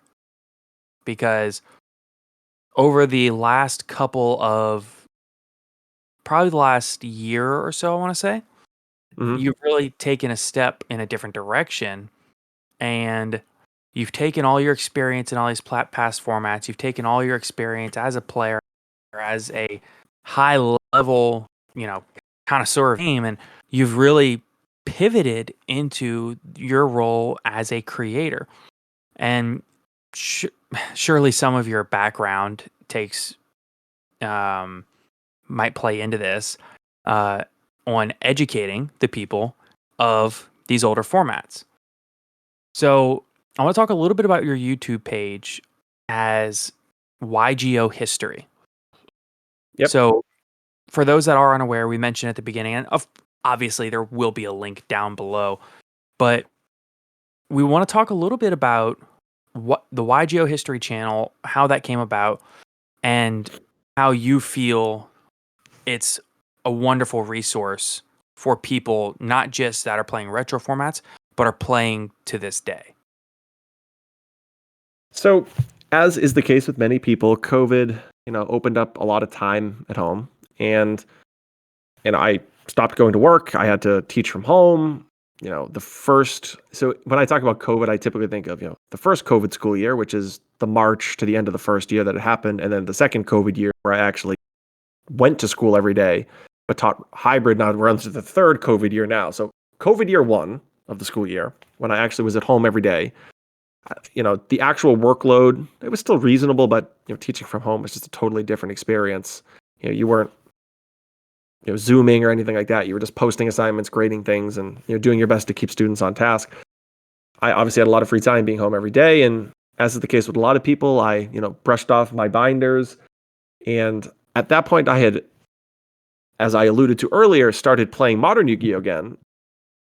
But all of a sudden there's no tournaments. I don't really like playing on Dueling Book. There was that vacuum where I was like, oh, I just started getting back into Yu-Gi-Oh again, and what am I going to do? And I started looking back over my collection and finding cards that I was missing here or there. Like, oh, I only had 2 Super Icarus attacks from DR4. Like, I really want to find a third. And I started slowly desiring to fill out gaps in my collection from the years. And at the same time, there was this sort of boom in players going online and playing old formats. And the stars just aligned such that I thought to myself, I lived through so much of this. I literally started at day one. Not all of it, but certainly a large portion of it. Even if I wasn't necessarily all that successful, I do remember being there and seeing, troop dupe format. I remember going to SJCs, not doing super well, but I remember watching Dale Bolito play and Paul Levitin, and I could just go on and on with the names of these top players.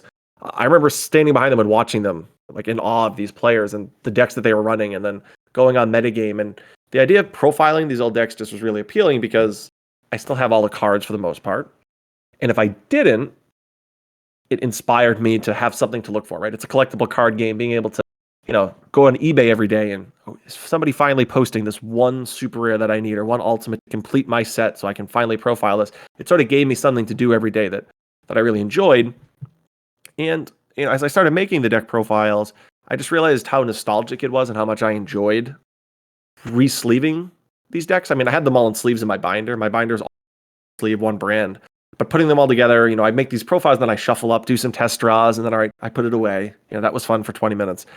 And just how much enjoyment and satisfaction I got. And, I make the videos for intrinsic reasons. Since making the videos, my channel did become monetized. But, I mean, trust me, I spend way more finding some of these old cards to profile than I do making it. I just literally yesterday, won a eBay auction for my 3rd Super Spirit Reaper so I can profile Dark Hole Reaper format.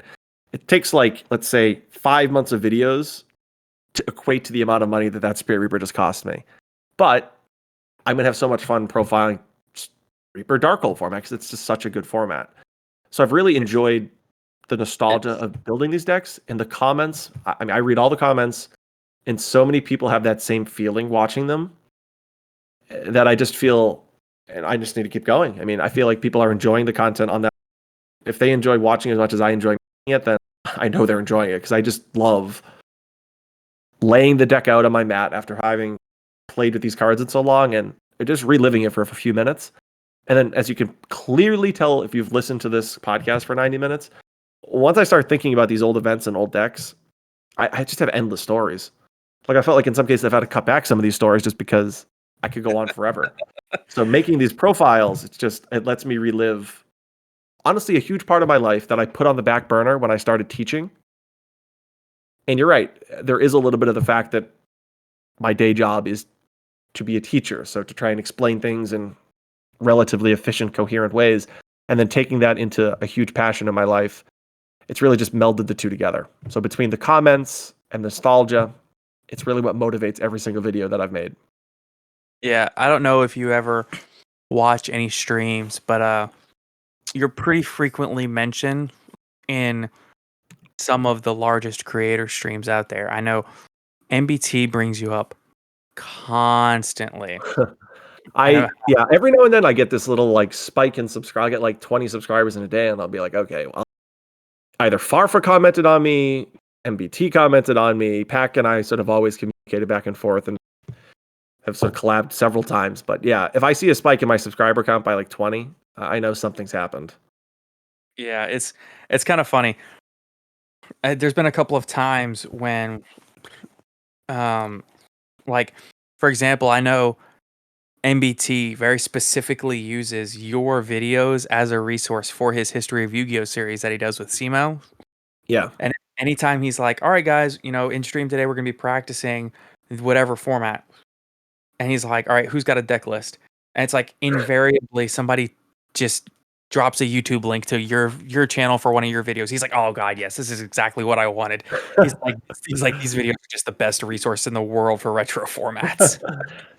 Honestly, I mean, it'd be pretty cool, right? If this becomes a real thing. I know it's sort of an older topic, but there will obviously be a space for retro content beyond just the sort of small group of people who played those days.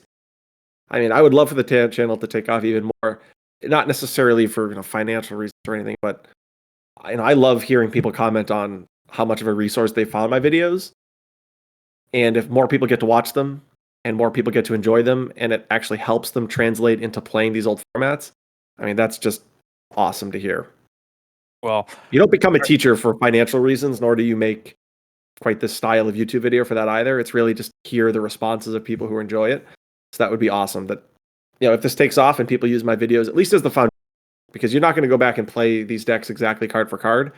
You're going to change them, but if you need at least a framework of what the thinking was 12 years ago and why certain decks were built the way they were, that's really what my channel is for. That's awesome. Okay, so we're going to transition a little bit into some Would You Rathers. This is a newer segment that this is actually the first time we're doing it. And I think that we're going to get a lot of enjoyment out of this. So some of these are going to seem like really benign and stupid questions. But I promise. As any teacher would say, there is no such thing. We're going to test the limits. Okay. I don't know. I've been asked, is Europe a country before? I mean. All right. Well, okay. You know what? You might have the win on that one. First question I want to ask you, and this one's not a stupid question. These days, would you consider yourself a player first or a creator first? Wait, I feel like I just asked that. No, I don't think you've asked quite that question. And that's not even a tough question. Huh. So this week, on Monday, I recorded an old retro. On Tuesday, I went to my locals. And tonight, I'm kind of blending the middle of them by doing this podcast. I mean, I've been a pretty heavy Yu-Gi-Oh! Engaged. Tomorrow's locals again. So, I mean, that's 4 days in a row where it's like 2 retro, 2 current. Can I say because Pasadena is on the horizon? It honestly, deep down, one of the things that I would really love is top 1 modern YCS to like feel like I can still do it. Even if I don't win, I mean, at some point, I've always thought to myself, I'll be able to devote the time, and the elusive YCS win will eventually happen. That's why I don't dwell on it. But even just getting to the point of doing well at a YCS again, would mean a lot. So right now I feel like because Pasadena's on the horizon, I feel like I'm more of a player today. Big picture, probably more of a content creator. But today, December 24th or whatever the day is, Christmas Eve, I feel like I'm a little bit more of a player. Gotcha. Would you rather play old retro Yu-Gi-Oh circa, say, 2011, or would you rather play modern? That's not even a real question. I mean, I'd rather play so much old Yu-Gi-Oh! It's not even funny. I mean, honestly, if old Yu-Gi-Oh! Became an actual organized thing with YCSs and a weekly local tournament in my area, I don't think I'd play modern Yu-Gi-Oh! Gotcha. That's Because entirely fair. I really only have time to play one local a week.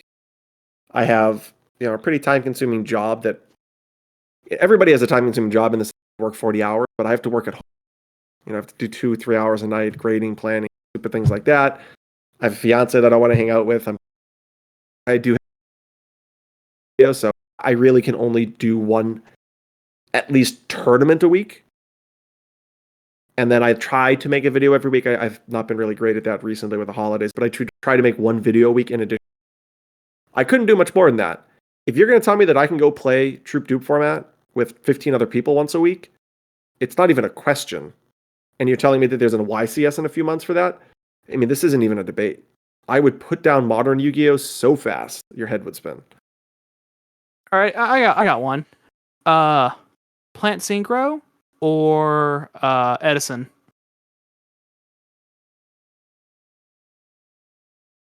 That's a good question. I think I prefer Plant Synchro because I enjoy formats with the... Okay, so I need to add the disclaimer. I would prefer to play Plant Synchro the way it was played at Columbus, where a large percentage of the players ran Plant Synchro, and you could anticipate half mirror matches. I really love mirror matches, particularly that kind of mirror match where Maxius is part. I think they're really skillful. The games take forever. You have to play around Gores. It's one of those formats where it's like, okay, I gotta have the enemy controller, and I need to attack in this Gores or take their Gores with this enemy controller, and I love that format. I love mirror match formats because I think it really rewards technical play and investing and understanding the intricacies of the mirror match. Not to say I don't love Edison. Edison is a really diverse format, both today and in 2010. I prefer Plant Synchro because how narrow of a format it is. Gotcha. Not modern Plant Synchro, though. Like, people have totally changed Columbus, and they've got like TG skill drain decks and nonsense. But actual Columbus, I played like half mirror matches. It was awesome.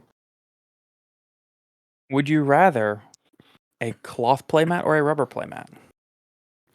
I have had the exact same playmat, the exact same deck box, the exact same calculator since the very first YCS that I ever topped, and it is a cloth Spellground, the typical calculator case, and the first incarnation of the double deck box style that Adam Korn debuted. Not Adam Korn debuted, but the one that I recognized Adam Korn, who before I ever topped any YCSs or anything, or regionals, I always looked up to.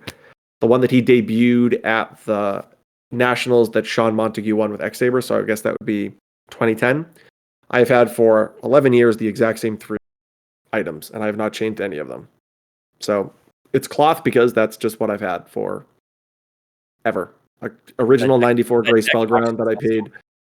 Yep, the 94 gray Spellground that I paid $200 for, which was a lot of money when you're, 17 years old, or however old I was, back 10, 15 years ago. Yeah, if that deck box could tell stories, though, huh? That has been the deck box for every single YC deck check that I've ever had. Would you rather the old Player's Choice sleeves or something like Ultimate Guard katanas? Yeah, I just paid $18 for a pack of Player's Choice for Pasadena. I'll tell you, plenty enough. Oh, I have a nice original white ready to go. Wow. Caleb, you got any more? No, not really. That's the only one I could think of. Okay. Would you rather play remote duels or a typical locals? Typical locals. I like the human interaction. You don't really get the ability to sort of read. I guess nowadays, I don't. used to be able to do playing every day, playing every week, talking to Paul is not nearly what I could do now. But back in the day, you used to be able to like track their eyes around the board, probably of this type of card based on where their eyes are moving. Nowadays, I barely even pile shuffle anymore. I just, all right, let's just go. Like back in the day, I'd like rigorously pile shuffle, and I'd look at their eye movements and things like that. And nowadays, I barely even pile shuffle. I just show up and play. But in person, you don't really get to, or remotely, you don't really get to do those small little things that you may have been able to use to your advantage. So I like in person. Yeah, I think that the majority of players would say that, but I know that there's a small faction that really truly does enjoy remote duels. Mainly If I 'cause had the keep space, that goes off to the side, if I had the space to do it and it not interfere with the life of my cat or my fiance, I would probably remote duel more. I don't have that space. I am currently doing this sitting at my kitchen. Right. So that's just intrusive. My fiance is currently visiting her family, so I'm placed myself and my cat right now. But generally speaking, and if I were to do a YouTube video, it's almost like, all right, everyone, don't come out into the main living area. And not always a fair thing to request. I'm in the same boat where I would love to do more remote duel stuff, but I got to move around so much stuff. It's just not conducive. Yeah. Hey, if I had a place where it was permanently set up, I would probably do it more often. I've really enjoyed. I've had the opportunity to play with Pack Retro Yu-Gi-Oh a few times, and I've always really enjoyed doing that.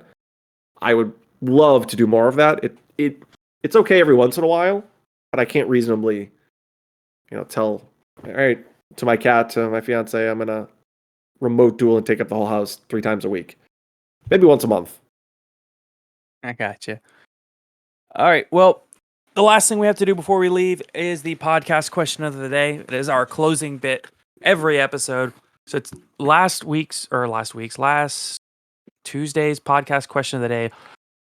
Not a Yu-Gi-Oh related one, but it's the holidays. What is your favorite Christmas song? So we got a lot of great answers.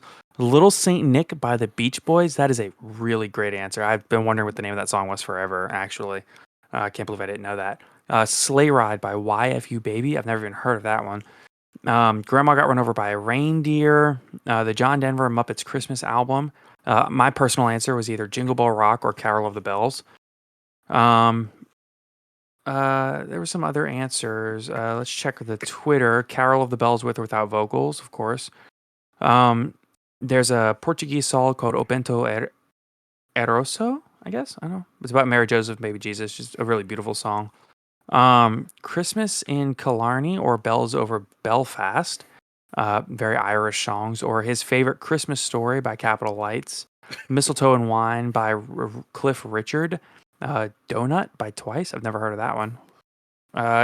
Caleb, what's your favorite Christmas song? Oh, it's Carol of the Bells, but it's a very specific one. Done by a YouTuber by the name of I am drawing a blank because I was just about to say it. Don't you just hate when that happens? Yep. My favorite Carol of the Bells iteration is the Trans-Siberian Orchestra one. Not very original, but very cool. Yes. Like not a very original take. It's a very original take on the song, but Yeah. You know what I mean? It's specifically the one done by Lindsay Sterling over on YouTube. Oh, yeah. Yeah, Lindsay Sterling. I just missed the opportunity to see her Christmas show live in Providence. I had told myself I wanted to go see it, and then it just passed, and I totally forgot to go. I've seen her live before, though. That's awesome. That's wonderful. Joe, honestly, I had no answer until you said Lindsay Sterling. I am a massive fan of Lindsay Sterling. That's the type of music I like to listen to while grading that doesn't have any words. It's just all sound. Sometimes I listen to the soundtrack of a video game. Sterling. Anything that she has ever produced, I am a fan of. Any Christmas song by Lindsay Sterling, sign me up. I love it. All right, and today's podcast question of the day, leading out, very relevant to today's podcast. What is your particular favorite retro format? We may have asked a similar question, but I want to hear it again. I don't care. It's it's our podcast. We can do whatever we want. I mean, it's also very thematic to what we just talked about. Yeah. So, what is your favorite retro format? Mine is probably Tengu Plant from 2011. I've built a somewhat high rarity version of that deck. It's very nice. Caleb, which was yours? It used to be Goat, but then I built Pac-Man and Edison, Just floodgate.deck and it's just so much fun for you, not the other person. For me. And I understand that it's terrible for anyone who's playing me, but it's fun for Yeah. you. Joe, what's your favorite retro format? You'd think I'd have a immediate answer to this question, but it's so difficult because I'm partial to formats that I lived through and played, which is why I really appreciate formats where X-Sabers were good, particularly ones after Rescue Cat were banned.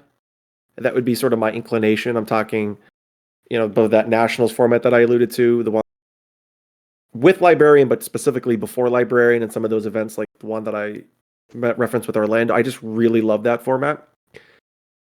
This might be surprising, but I really love the 2014 Nationals format, the one with Soul Charge. I really like Soul Charge as a card. Obviously a ridiculous card, but I think the Soul Charge mirrors when both players draw Soul Charge. So those will be some of the sort of sleeper picks that I don't think you might necessarily anticipate me saying. And then I really do enjoy Chaos Return format as well.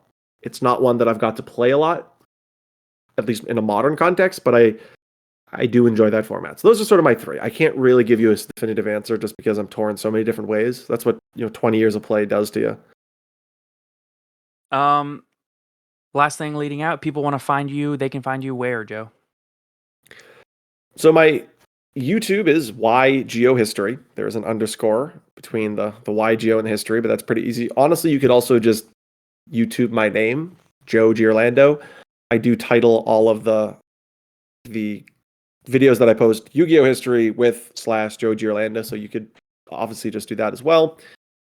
On Twitter, you can also follow me. It's Joseph Giorlando on Twitter, my sort of full name. And then in addition to that, underscore YGO History, or at YGO History with the underscore the same way as the YouTube.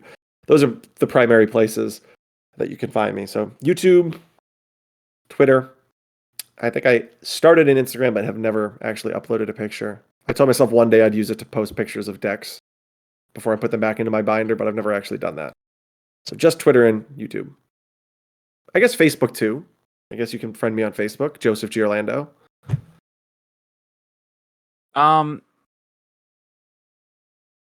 There was something else I wanted to add in. Oh, obviously there will be a link to your YouTube channel in the description down below. of course. There was something else. Oh, if people want to find you at YCS Pasadena, are you going to be there? You've alluded to it several times. So. I am going to be there. Yep. Awesome. And you're definitely going to sign my ARG Joe Giorlando token, right? I will try to bring a Sharpie if I can remember. But yes, I'll sign. I don't want to say I'll sign anything anyone wants because I feel like that's a little too open-ended, but I will definitely sign old ARG tokens. I'll even try to bring my stack of ARG if someone doesn't already have one. That's awesome. Well, thank you so much for being on, Joe. We really appreciate it. It went twice the length that our normal episodes go, but that's fine. It's been great discussion and great topic. And realistically, everybody's driving their in-laws anyway. It'll be fine. Yeah, that's true. Give you something to listen to if you have a long drive ahead of you. For sure. So thank you all so much for listening to today's episode of the Top Cut Yu-Gi-Oh! Podcast. Of course, we have our Patreon, our Discord, our Twitter. We have the link to Team Dark Arm Dealings, our sister YouTube channel, and of course a link to ETB Games. All of that is in the description down below. Be sure to leave your reaction and leave your reviews on Apple Podcasts. We do read them out live on the podcast. Be sure to tell us what you think about the alternative formats announced by Konami. And be sure to answer the podcast question of the day. You can find us on Twitter at Top Cut Podcast. And of course, we have podcast discussion channels and podcast question of the day channels and things like that in the Discord server. So be sure to check that out and have a wonderful day and Merry Christmas. Take care, everybody.